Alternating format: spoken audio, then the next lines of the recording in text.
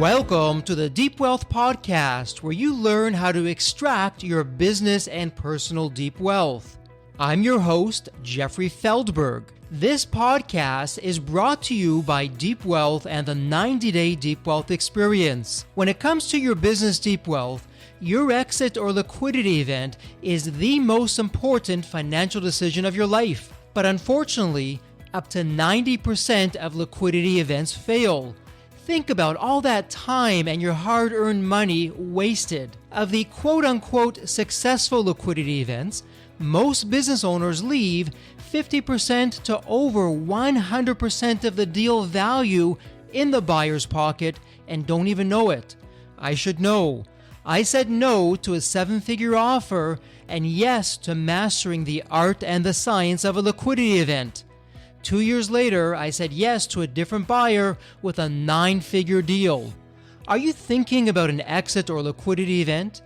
Don't become a statistic and make the fatal mistake of believing the skills that built your business are the same ones to sell it. After all, how can you master something you've never done before? Let the 90-Day Deep Wealth Experience and the 9-step roadmap of preparation help you capture the best deal instead of any deal. At the end of this episode, take a moment and hear from business owners like you who went through the Deep Wealth Experience. Staci Wallace is a leading expert in the field of business psychology, growth hacking, and personal life mastery. With over 35 years of corporate and entrepreneurial success, her signature 1% method of micro-progress has led to 9-figure success and supporting hundreds of thousands of small business startups. Her sweet spot audit has helped CEOs turn stressful careers, fragmented relationships, and broken business operations into purpose-driven, highly profitable lives and businesses they love.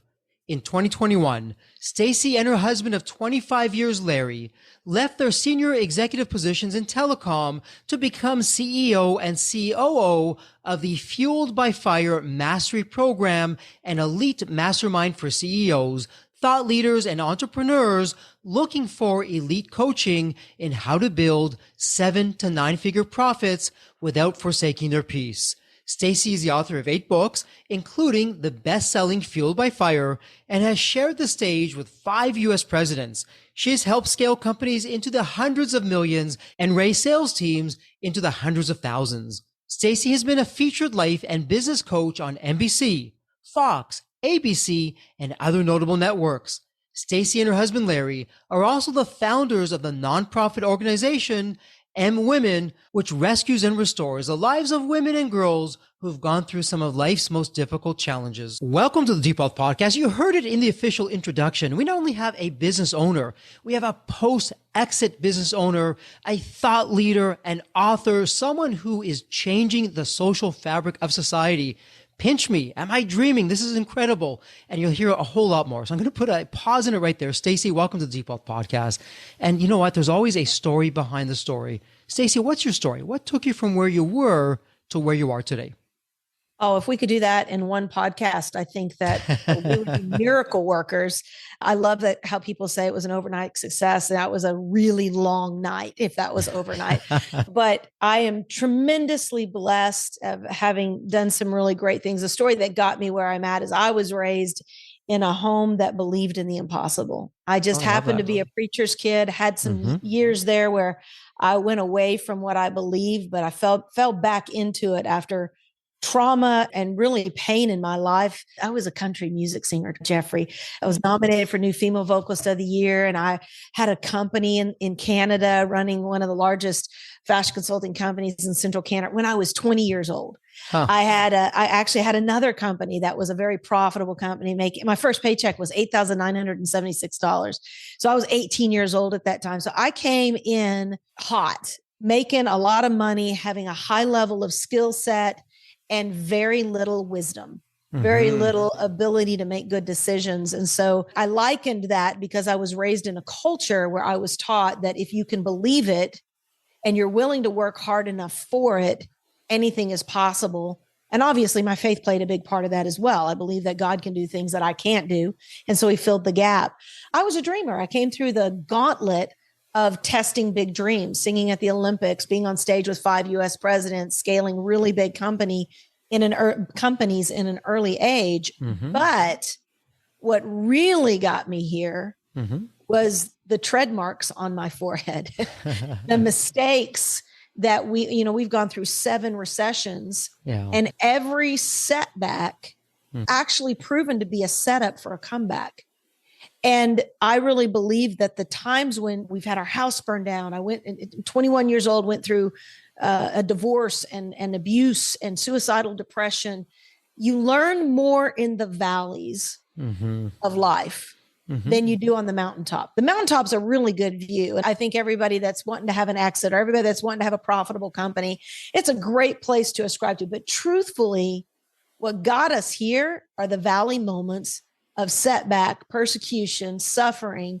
And if you can make it through that season, I truly believe anything is possible. Oh, what a story. What a story, Staci. And I'm wondering, so from the stage of music to the stage of business, when you did that transference, were there any similarities that you took with you that helped you in the business world from the, call it the music and entertainment world?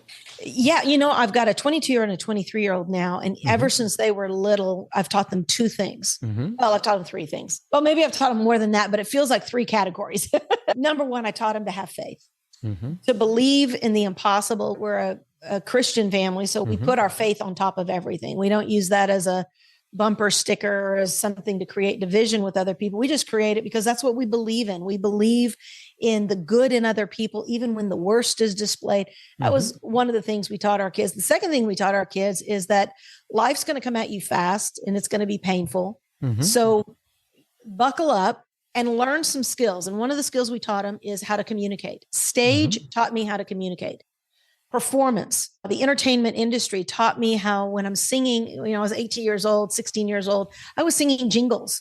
Like, I'll never forget, one of the jingles I sang was Robertson Career College. And in the studio, they would say, do it again. And I would go, Robertson Career College. And they'd go, smile when you're saying it. And so I'd do it again, Robertson Career College. And they'd go, do it again. Now smile till it hurts. I'm 16 years old and I'm thinking like, oh my goodness, it sounds exactly the same to me. But one of the things that good communication skills, and Warren Buffett said that if you can improve somebody's communication skills, you can actually increase their profitability by close to 50%, because you can walk into any room and you can negotiate any room. So we taught our kids how to smile when they communicate, how to communicate effectively. We put them into national speech and debate competitions because we knew they may not want to be on stage. They would need to know how to communicate. And so the bridge between the entertainment industry and recording 5 CDs and everything that I did there into business, it really greased the runway for me to be able to walk into any room, whether I was with brand new business owners trying to start a business, or whether I was in a room with billion-dollar companies and investors. I was able to communicate effectively because of that season of practicing communication skills. Terrific. And so interesting. So your faith, the ability to communicate and communicate effectively, made a difference for you. And by the way, for our listeners, in the show notes, there's a link to Staci's book. Please click on it and get this. It'll be part of our conversation today, but so much more is in there. Fueled by Fire, Becoming a Woman of Courage, Faith, and Influence. And so I'm wondering, for the listener out there, Staci, who is saying, okay, I hear, Staci, you're a person of faith, your family's a person of faith. Some people, when they hear faith or the R word, religion, it really throws them off and they shut down. And, here at the Deep Wealth, we always encourage our listeners, have really an open mind and an open heart. So for someone who really hasn't gone down that spiritual path, whatever that looks like to him or her, how has faith, I'm just curious, how has faith played that role in your life, in your family's life, that's really made the difference from perhaps where you are now? You wouldn't have necessarily have gotten there if not for your faith. What would you say to that listener? Well, our company, Fueled by Fire, is a faith-based company that we work with high-level business owners, entrepreneurs, and CEOs who many of them have made money. And we always say money only makes you more of what you are. They've learned how to make money. They've learned how to build big infrastructure, but they haven't necessarily learned how to do life. And one of the things that we are very passionate about is raising up purpose-driven leaders who understand we are not on this planet to make money. We're not on this planet to have bigger houses, bigger cars. We're not on this planet for more of me. We're on this planet to be a conduit of heaven on earth. And in order to know how to do that, you've got to study, what does heaven represent? And for me, my faith, what does God represent as it relates to bringing an example to earth? Can I live that out? In business negotiations, I've walked away from multi-million-dollar lawsuits because it was the right thing to do, because the argument would have taken more energy. The depositions would have taken more energy than for me to go out and create another $30 million.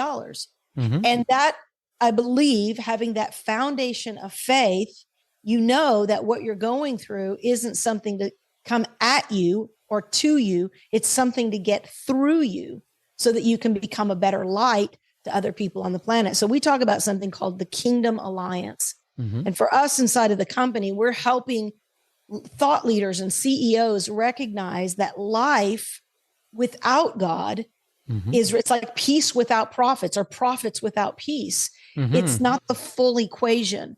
And in order to have the full equation, you've got to know, where does your power come from?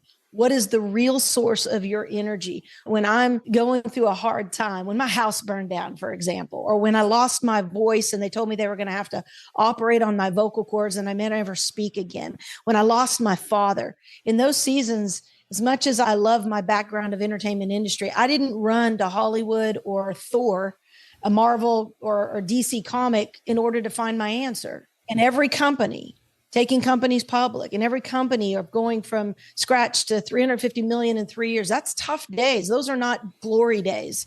Those are tough days. And on the toughest days, I don't run to the TV or to scroll on my social media. I run to the source of my hope. And so it has been everything to me, and it's everything to our clients as well.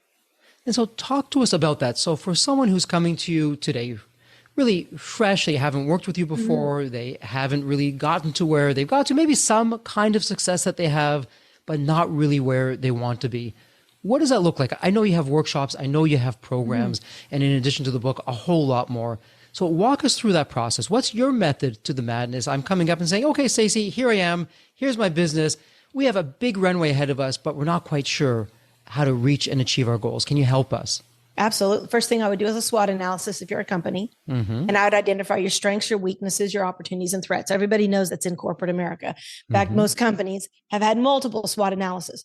Then there's something I do secondarily. And this is something that's proprietary to us, and that is, it's called the sweet spot audit. And I do that on the leader. So the leader, the company doesn't come to me. Usually a leader or set of leaders say, we need to go to another level. We need to take our team to another level. We need our team to be very connected and passionate with the vision. So the first thing I would do is I would say, and this is something I'm happy to give away for free. I can, if you want me to, we can put it in the show notes of how you can get this sweet spot audit. Number one, S, is what are your strengths? Kind of similar to a SWOT analysis, only we're talking about you as the CEO or you as the thought leader or entrepreneur. What are your strengths? Now, this is super important because these are your superpowers. Your strength might be that you are really good at networking. I have a son that happens to be able to walk into $1 million rooms at the age of 23, and he can control the room because he's incredible at net. He has no fear. He was bullied really bad when he was a boy, red hair, freckles, glasses. And now at 23, he's had a multi-million-dollar real estate company, but he's able to walk into a room, and his superpower is he's not afraid. He has no fear. He can walk into a room of billion-dollar investors and he'll be, hey, what are y'all doing this weekend? I mean, he'll sit down at the table with them. So what's your superpower? So it could be something as simple, I'm really good at sales, or I'm really good at marketing, or I can really see trends, or I'm really good at AI or technology. My husband is COO of our company. We have such diversely different skill sets. He is really good at the things I'm not good at, and that's why we work really well together. But you've got to know your strengths and don't try to be everything. If you try to be everything, that'll be a job. But if you find your core efficiencies, when you identify what makes you really, really in your zone of genius, then you can begin to build a team around you so that you, instead of being the business, can now start working on the business. The W is, what are your weaknesses? What is your kryptonite? Every leader has kryptonite. What are your blind spots? What are those things that trip you up? And for some people, it's as simple as I'm addicted to alcohol and it trips me up. I get in bad situations, or I'm addicted to pornography and it trips me up. Or my weaknesses are I have a temper problem and I know what I want people to do. They just won't do it. And so you're leading from ego. So you're building an ego system in your company instead of an ecosystem that generates really in a culture of love. So W is, what are your weaknesses? Because chances are, and if you say you don't have any, then you need to get a better team that'll be really open and authentic with you, and do a 360-degree audit. Ask people around you, I want to go into this next season of my life better than ever before. What can I work on? I remember I hired a coach one time and they were very expensive. And I remember on our first, what they call the discovery call, the first discovery call, they were just, oh, it's so amazing. It's kind of like being on a podcast. It's amazing all the things that you've done. And you've been with this president and you've done this. And I said, listen, I hired you not to tell me what I'm doing good. I hired you to dig in and beat the tar out of my inefficiencies. Sure. And they were so grateful because I was able to get through all of the emotional, sappy, make me feel good. And for me, I wanted to go to the next level. So if you can truly identify your strengths and weaknesses, then you can move to the 2 E's. E number 1 is energy production. What is in your life? Who is in your life that creates energy? And maybe that's friends, family, something that makes you wake up and go, if I could just be with this person or do this, gives me so much life and energy. So make a list of the energy producers in your life. For me, one of those energy producers, and Jeffrey, you can see behind me, I've got a massive 62-acre ranch behind me, a 7-acre lake. I love to fish. Fishing produces energy in me. I like to deep sea fish. I like to freshwater fish. I like bass fishing. So we're growing big bass in that lake behind me. So what produces energy? Not just in a tactile business way, but even in life. Sabbath, rest on Sundays for me produces energy. I take off, I go for walks, I sit out in nature. I try not to do anything that will produce money for me. I just want to sit in the presence of God and I just want to refill. So you've got to have energy producers. And then you got to really identify the second E, which is energy demanders. These are the people that represent the suck zone. And that means that they're sucking the life out of you. And that could be people. That could be specific things you've got on your agenda that you could probably prune. They're just time consuming. If it is people, and it's people that you can't walk away from, like a spouse or your children, and you've got to double down on energy producers. That's where you hire a coach or you get on more podcasts like Jeffrey's podcast. You have to create energy production. For every energy sucker, you're probably going to need to have at least 3 energy producers to offset the drain of that. And then the T is time expansion. Are you good at time expansion? So when we work with leaders, generally their energy production, energy demand is reflected in what they're spending the most of their time on. Because where your treasure is, there will your heart be also. Where you spend the most of your focus will create the trajectory of where you end up. So we want to make sure that those time blocks aren't just busy time, wasted time, or spending time, but that you're investing time in things that get you the ROI. So it's a terrific analysis, your sweet spot analysis. Love how you've just positioned everything and really looking at, I'll call it the holistic picture. The activities or people that are really helping you get to the next level or holding you back from getting to the next level, what your energy is like and your strengths and all those other kinds of things, where you get fulfillment, where you get joy. And as you're talking about that, it really reminds me of one of my own personal sayings: all the accolades, all the zeros in the bank, all the success without fulfillment, it's an absolute failure.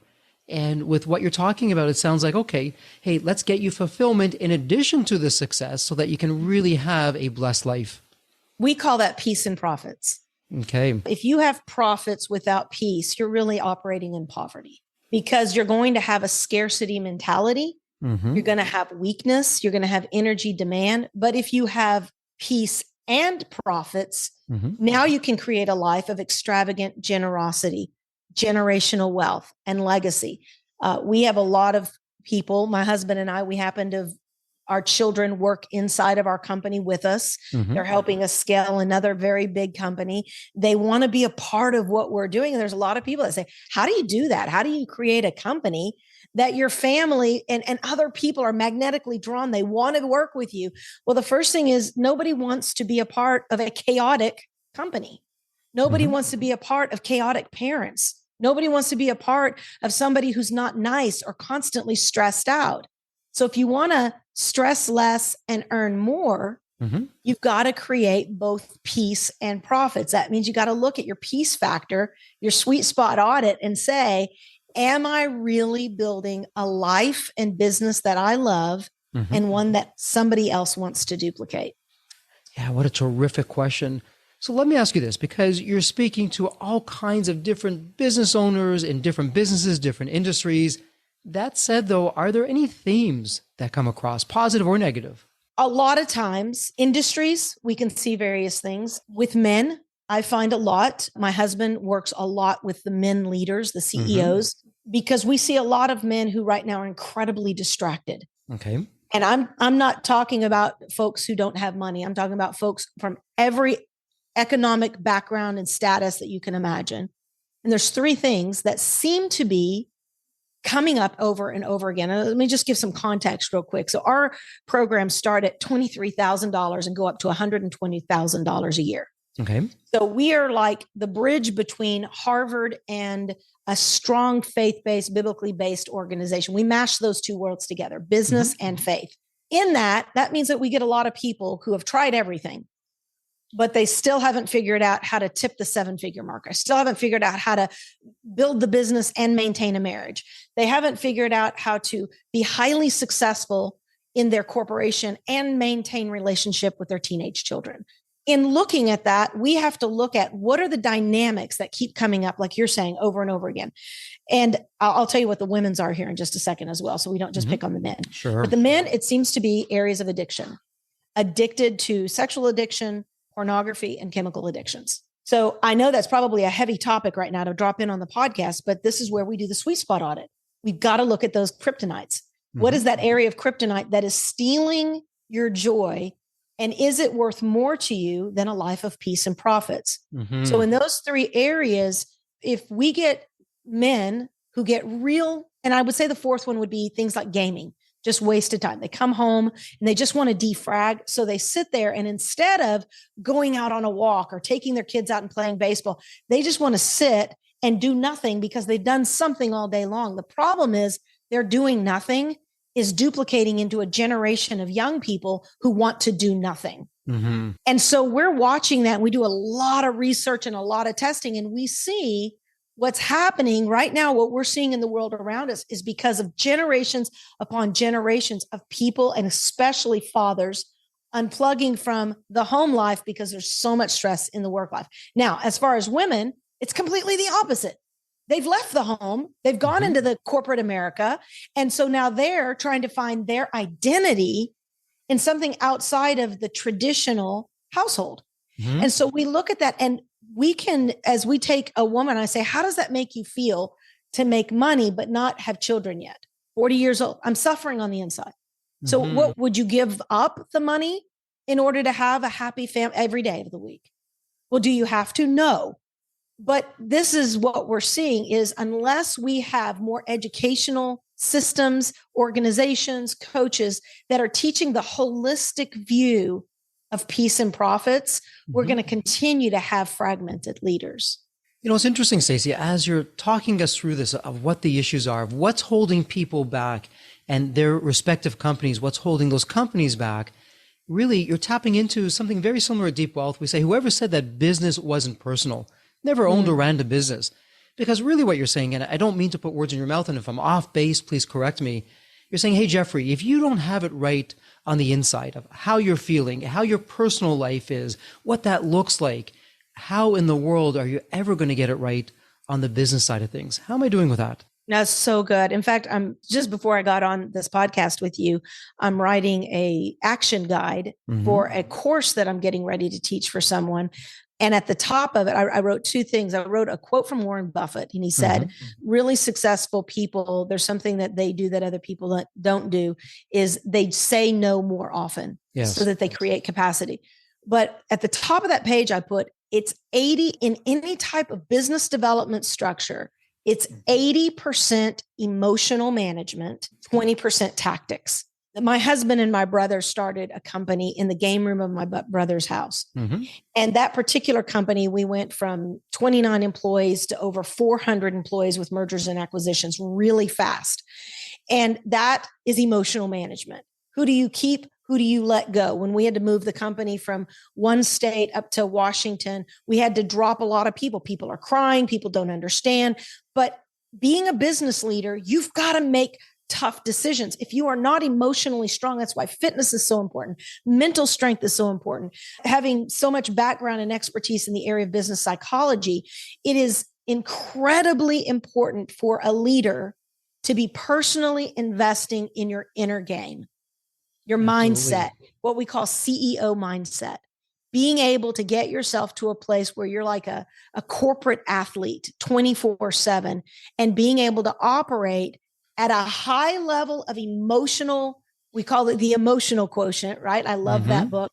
Being able to operate and then looking at the 20% tactics and pruning anything that's not working. We talk about PMA and MMA. MMA is money-making activities. PMA is profit-making activities. The majority of all businesses and even coaches and all these stages, people talk about their top line dollars. They're talking about how much revenues are generated, and it's hype. It's hype numbers. We've got clients that were going through bankruptcy. Other coaches were helping them make a lot of money, but what they weren't looking at is, are they making profits? Because 60 employees, an 8-figure company, only profiting by $52,000, that's a terrible lifestyle. That is not a company that's going to provide peace and profits. When we're able to get inside and say, okay, let's look at what are you doing? They were doing so many things. They had shotgun mentality. And when we were able to help them get rifle focus, we were able to help them blow up their company, create a much better team culture, and begin to start a generosity campaign where they were able to give extravagantly and be about something more than even the bottom line. So really, it sounds like what you're doing is you're having people do an internal audit across their entire life and really finding those blind spots, or sometimes we call them inflection points, and putting the light on it so that they can deal with it, either eliminate it or no, if they can't do it today, at least it's there and they have to deal with that. That gets them onto a bigger and better place. So for my next question, Staci, you'd be perfectly right to say, well, Jeff, it really depends on the person. Everyone is different. Generally speaking, back of the envelope, someone who comes to you and they're going to be going through your system, whether it's with the coaching, or I know you also do 5-day workshops that we're talking about offline, or following the system from your book. How long does it take to get from, let's say, starting today to the ideal version of myself, the true potential I've been able to unlock and untap as a result of your mentoring, your coaching, your system? Ballpark, what are we looking at? Well, I always say success is a journey. It's not a destination. So that will be an ongoing lifetime effort.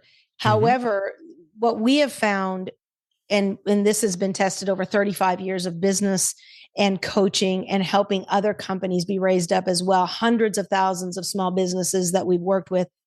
We do a 12-month program because we know that in 12 months, there's going to be rapid change happen because we try to get people ROI immediately. However, in order for old habits to be broken and new habits to begin, they say it takes 3 cycles of 21. So that would be essentially a 90-day program. But then what we want to do is we want to work out sustainability beyond that, and then put new systems in place so that they are able to duplicate what they've got. So most people that are struggling, they're usually, we talk about 5 levels of growth in company. We have a growth audit that we do. And in it, identify what area of growth are you in? Level 1, level 2, level 3. Level 3 is basically, you've already got a team building. You've got some team players on your team with you, but it's chaos because you're still having to have your hands on everything. You're still having to micromanage. You've got all these people you're trying to get to take over parts of the company, but they're still needing you. So you're still heavily involved in the business. The goal is to get you out of the business, have a team-led company. Stage 4 is you're out of the business, and now you're able to work with your key leaders. You've created layers of leadership. You're able to work with your key managers. Level 5 is you can now go start another company, because that company is self-sufficient. You can now work on things that matter, maybe start an orphanage or start a nonprofit, but you really have created a legacy company. In this process, it really requires people honing in on, again, it goes back to the sweet spot audit, the areas of inefficiency, so that we can put more pressure on the things that are going to create the fastest traction. But we have seen it over and over again. We have people that have been with us for years and years. But I always say, people, give yourself a year and learn the core business skill sets, the mindsets. We cover sales, marketing, AI. We talk about communication skills. We do live role playing. We're very high touch. So it's like going to a university online, so that we make sure people aren't just in a video program.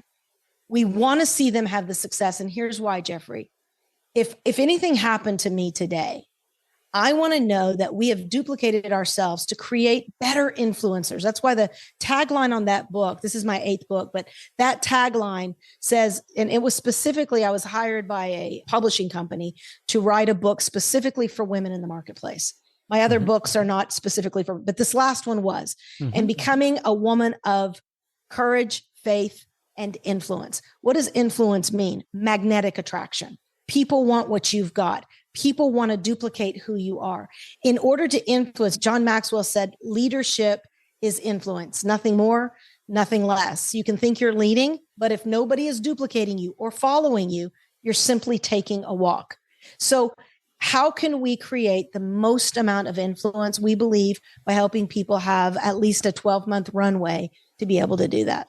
Yeah, it is a page out of our book. I couldn't agree with you more. Hey, does your company run without you? One of our favorite questions here. We call that an X factor that can insanely increase the value of your company. You unshackle the golden handcuffs and get to do what you really want to do.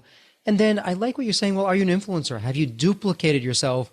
We, again, go back to our step 2 X factors, the 4 points of clarity. You're documenting, you have KPIs, people know exactly what to do. They have a question. Perhaps there's an online wiki or some kind of manual that they can go reference that, get all of that there. So it all sounds incredibly powerful. Obviously, it works. It's coming from the trenches.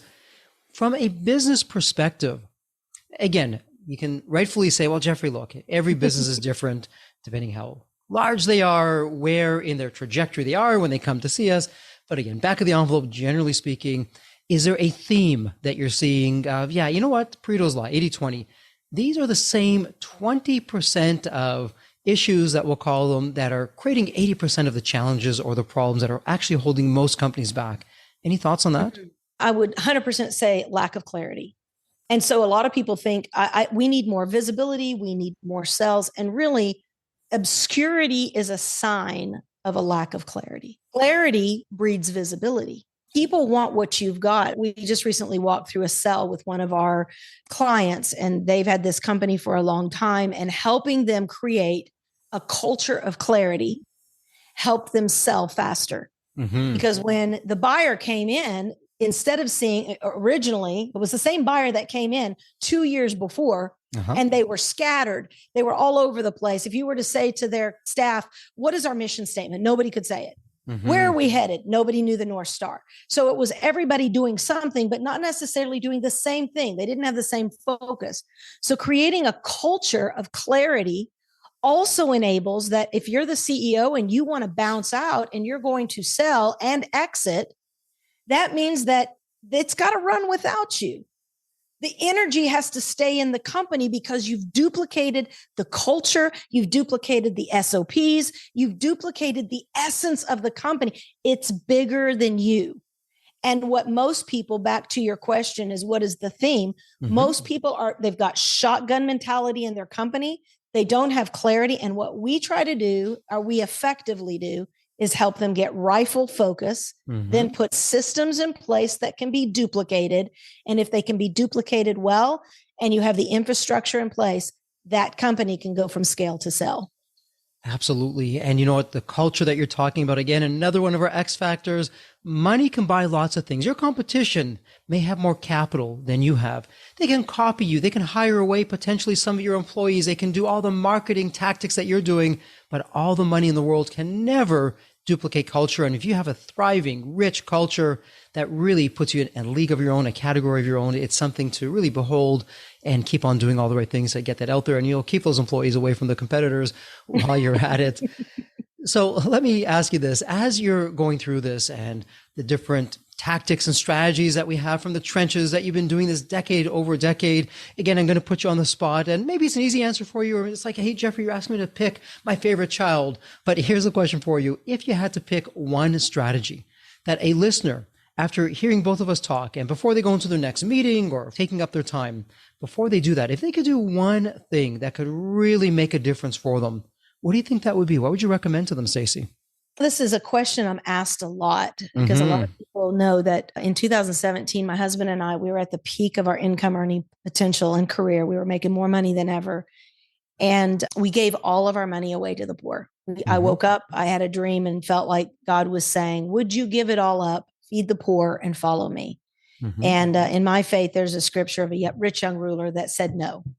And we never know what the other side of that story was because he said no and went away sad.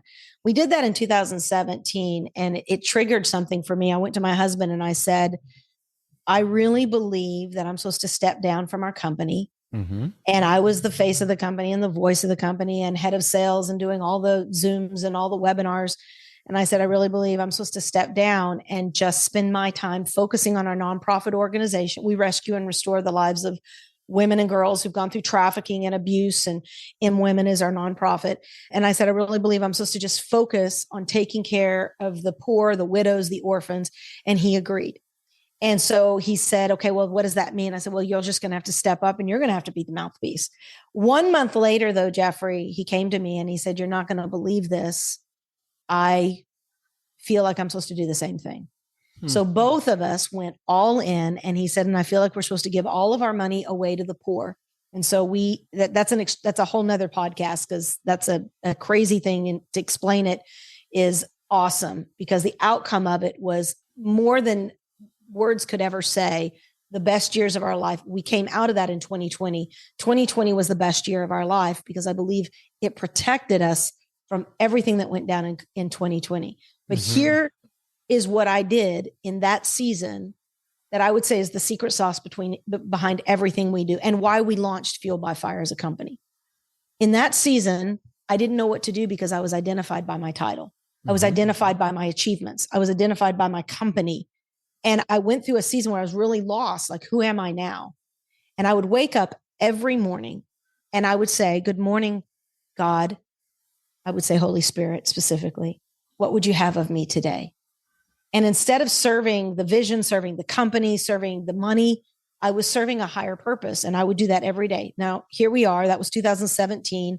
We're 2024. So that's a lot of years. That's 7 years. I have been saying that every morning of my life. Good morning, Holy Spirit. What would you have of me today? And even if I am slammed as a CEO of a company with a lot of calls and podcasts and meetings and ventures, I will stop what I'm doing in order to serve that purpose. If I hear go to Walmart, aisle 13 and wait, and I go there and I see a little mom and daughter walking up with, and this has happened, with chips and salsa, and I'll just let that lead me. And I'll say, I think I'm supposed to buy you groceries. I don't know. You don't need to do that. No, I really believe I've been sent to aisle 13 to buy you groceries. When you see what happens in a moment where you are connecting heaven on earth, when you're connecting generosity to somebody who's in need, when you're really able to be a conduit like that, it's like you said, it's the things that money can't buy. And so for me, the answer to that, the number one undeniable, irrevocable, unquestionable thing that I do that is the secret sauce behind everything that we've been able to accomplish is waking up every day and saying, good morning, God, what would you have of me today? Wow, that is incredible. And thank you for being so open and vulnerable with us, of sharing where you were, what you went through. I mean, that's a whole other story behind the story. You're right. I suspect that's not just another episode. That could be really Staci, that's a whole series that we can do on that. And so obviously that's for you, that's fulfilling. That's really, no matter what's going on that day, if you feel something so inclined for that, it sounds like you didn't quite say it this way. And again, you can correct me if I'm off base, on base. If you have a day that is just booked back to back, all these different meetings going on, but you feel a calling for something else. Okay, you know what? I'm going to have to reschedule. This is where I'm supposed to be. And I'm just going to do that. And you don't bat an eye. You're not worrying about, well, what are people going to think? Hey, this is my purpose. This is where I need to be. How am I doing with that? Yeah, it's peace and profits. Yeah. If you can't give up your calendar, you'll never give up your money. A lot to be said. Well, let me ask you this, because I would love to go down so many other areas. That said, though, we are really starting to bump up again sometime. So sadly, we're going to have to start wrapping up. And, for the listeners in the Deep Wealth community, they hear me say this all the time, but it is so true. It's a privilege. It's a pleasure. It's a tradition here on the Deep Wealth podcast, where I get to ask you the same question that we've asked every single guest. Let me set it up for you, Staci. It's a fun one. When you think of the movie Back to the Future, you have that magical DeLorean car that will take you to any point in time. So imagine now it's tomorrow morning and you look outside the window. Not only is the DeLorean car there, it's curbside, the door is open, it's waiting for you to hop on in, which you do. And you're now going to go back to any point in your life. Staci, as a young child, a teenager, whatever point in time that would be, what are you telling your younger self in terms of life wisdom, life lessons, or, hey, Staci, do this, but don't do that? What would that sound like? I would say in your life, you will learn that money can buy you a house, but it cannot buy you a home. Money can buy you books, but it will not buy you wisdom. Mm-hmm. Money can buy you a mattress, but it will not buy you rest. Mm-hmm. Focus on the things that money can't buy. We call it the 40th floor and above. And when you learn how to live with your head above the things of this world, and you learn how to operate in love, in joy, in peace, in patience, the things of this world really don't matter that much. That is the pathway to peace and profits. And I would just say, focus on the things that money can't buy, that God provides in ample form. It's such a powerful message. And, as you're talking about that, it reminds me, it's a little bit of a colloquialism. You hear it out there that the best things in life are free. And really what you're talking about of just all the things that money can't buy, but give you so much peace and fulfillment. And it sounds easy, but hey, oftentimes doing what's easy isn't necessarily so easy. And it takes some discipline and focus to get that. And I really appreciate you putting that out there and sharing that with us. Let me ask you this, Staci, for a listener, they want to learn more. They want to go through one of your workshops or have some coaching or go through one of your programs. They have questions. Where would be the best place online for someone to find you? Well, they can easily go to staciwallace.com and learn all about our programs, but I would encourage everyone to register for our next Legacy Wealth Mastery course. It's free. It's something that we do to give back, knowing that most people will not be inside of our program. If we can reach more people to help them achieve this life of true transcendence, of understanding why they're here, they can go to fbfchallenge.com. And FBF stands for Fuel by Fire, but FBFchallenge.com is going to allow you to register, get plugged in. You'll be given a certified coach or advocate that's going to walk through this 5 days with you. It's live. We do our trainings all live. We don't do evergreen. And the reason we do that is because I'm always reading the market. I'm always reading the chat. I want to see where people are. And so I would just invite folks to come in and take that journey with us, or go to staciwallace.com or Staci Wallace on any social platform. Terrific. And for our listeners, it doesn't get any easier. It's all in the show notes. You don't have to remember a thing. Just go to the show notes. It's a point and click, and off you go with that. Talk about effortless. Well, Staci, it's official. This is a wrap. Congratulations. And as we love to say here at Deep Wealth, may you continue to thrive and prosper while you remain healthy and safe. Thank you so much, and God bless. Thank you so much. The Deep Wealth experience was definitely a game changer for me. This course is one of the best investments you will ever make, because you will get an ROI of 100 times that. Anybody who doesn't go through it will lose millions. If you don't have time for this program, you'll never have time for a successful liquidity. I mean, it was the best value of any business course I've ever taken. The money was very well spent. Compared to when we first began, today I feel better prepared, but in some respects, maybe less prepared, not because of the course, but because the course brought to light so many things that I thought we were on top of that we need to fix. I 100% believe there's never a great time for a business owner to allocate extra hours into his or her week or day. So it's an investment that will yield results today. I thought I will reap the benefit of this program in 3 to 5 years down the road. But as soon as I stepped forward into the program, my mind changed immediately. There was so much value in the experience that the time I invested paid back so much for the energy that was expended. The Deep Wealth experience compared to other programs is the top. What we learned is very practical. Sometimes you learn stuff that is great to learn, but you never use it. The stuff we learned from Deep Wealth experience, I believe is going to benefit us both. I've done an executive MBA. I've worked for billion-dollar companies before. I've worked for smaller companies before I started my business. I've been running my business successfully now for getting close to a decade. We're on a growth trajectory. Reflecting back on the Deep Wealth, I knew less than 10% what I know now. Maybe close to 1% even. Hands down, the best program in which I've ever participated. And we've done a lot of different things over the years. We've been in other mastermind groups, gone to many seminars, workshops, conferences, retreats, read books. This was so different.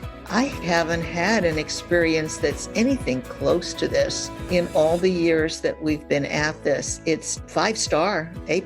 I would highly recommend it to any super busy business owner out there. And Deep Wealth is an accurate name for it. This program leads to deeper wealth and happier wealth, not just deeper wealth. I don't think there's a dollar value that could be associated with such an experience and knowledge that could be applied today and forever. Are you leaving millions on the table? Please visit www.deepwealth.com/success to learn more. If you're not on my email list, you'll want to be. Sign up at www.deepwealth.com/podcast. And if you enjoyed this episode, if it added value, if you walked away with some new insights and strategies, please leave a review on your favorite podcast channel. Reviews help us reach new listeners, grow the show, and continue to create content that you'll enjoy. And as we wrap up this episode, as always, please stay healthy and safe.